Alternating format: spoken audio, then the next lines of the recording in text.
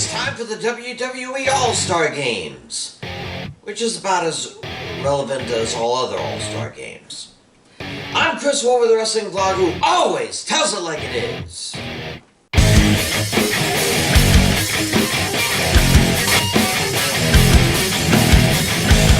Ever since Survivor Series became the second regular pay-per-view by the WWE back in 1987, I always viewed it as sort of an all-star game, like in other major sports. It's a dream matchup of superstars who normally didn't get the chance to work together on the same team to beat the other team in a 10-man or 10-woman elimination match. I really wish they had kept that format the whole time, but there were times when you'd be lucky to see one such match on the pay-per-view. Of course, with the second brand split of 2017 came the idea to pit Raw against SmackDown like they did in the two bragging rights pay-per-views during the first brand split of 2002. And suddenly, Survivor Series is even more like an all-star game, with two competing conferences, leagues, or in this case, brands, fighting for supremacy.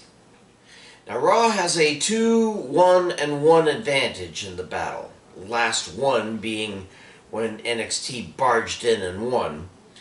And with all the shifting that Adam Pearce and Sonya Deville have been doing over the last few weeks, who knows who will win this year? Well, I'm going to give it my best shot. Here are my predictions for Survivor Series 2021. We start with the 25-man Interbrand Battle Royal, celebrating 25 years of The Rock first appearing in the WWE as Rocky Maivia. Frankly, unless Dwayne Johnson himself makes an appearance, this really doesn't inspire me. It's just a way to get the tag teams and second-tier superstars on the pay-per-view. Makes sense as they're one team short of a tag team Survivor Series match if you count Apollo Crews and General Aziz as a team. All these superstars could certainly use a push, especially all the teams, but we all know tag teams don't win battle royals, which narrows the field down considerably.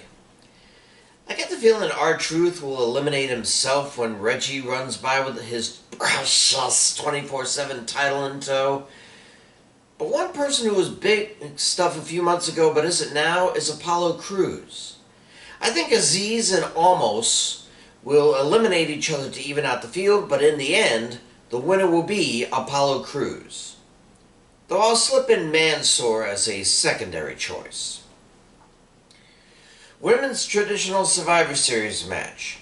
Talk about matches made in purgatory, and that's just on the SmackDown side. Not saying that Aaliyah would have made things better than with Toni Storm.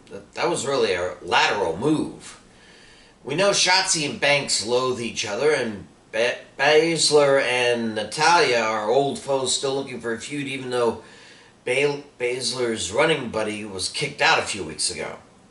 Raw is only slightly more cohesive. I mean, nobody likes Bianca Belair, that's for sure, but I dare say they respect her for being number one contender.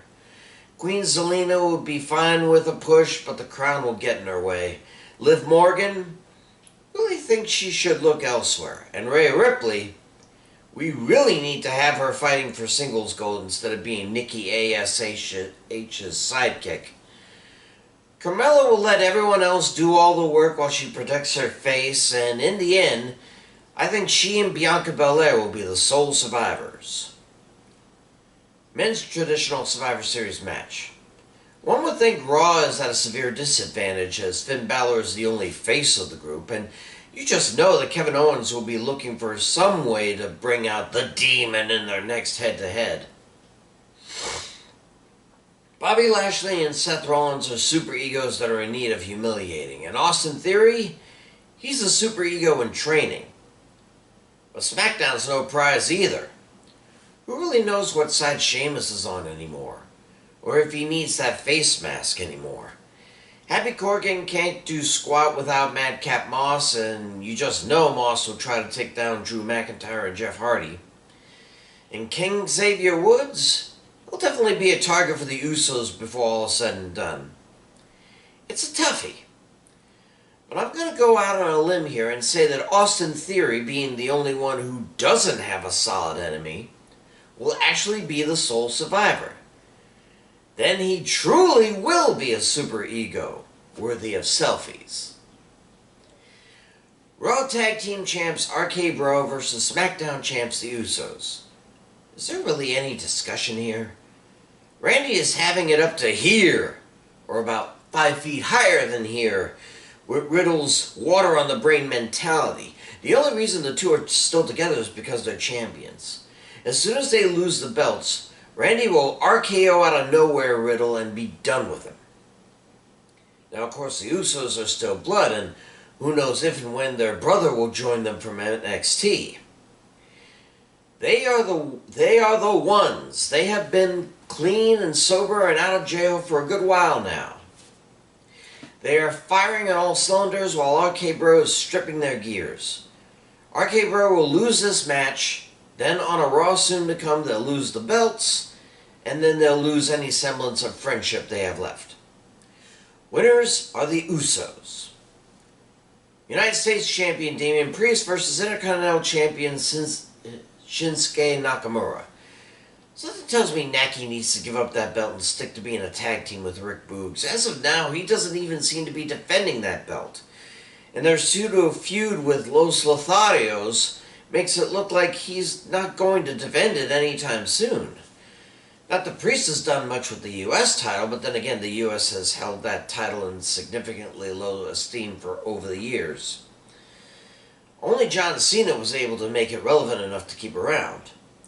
The thing is that Nakamura has been active almost weekly, while Priest has been kept off of Raw for the most part.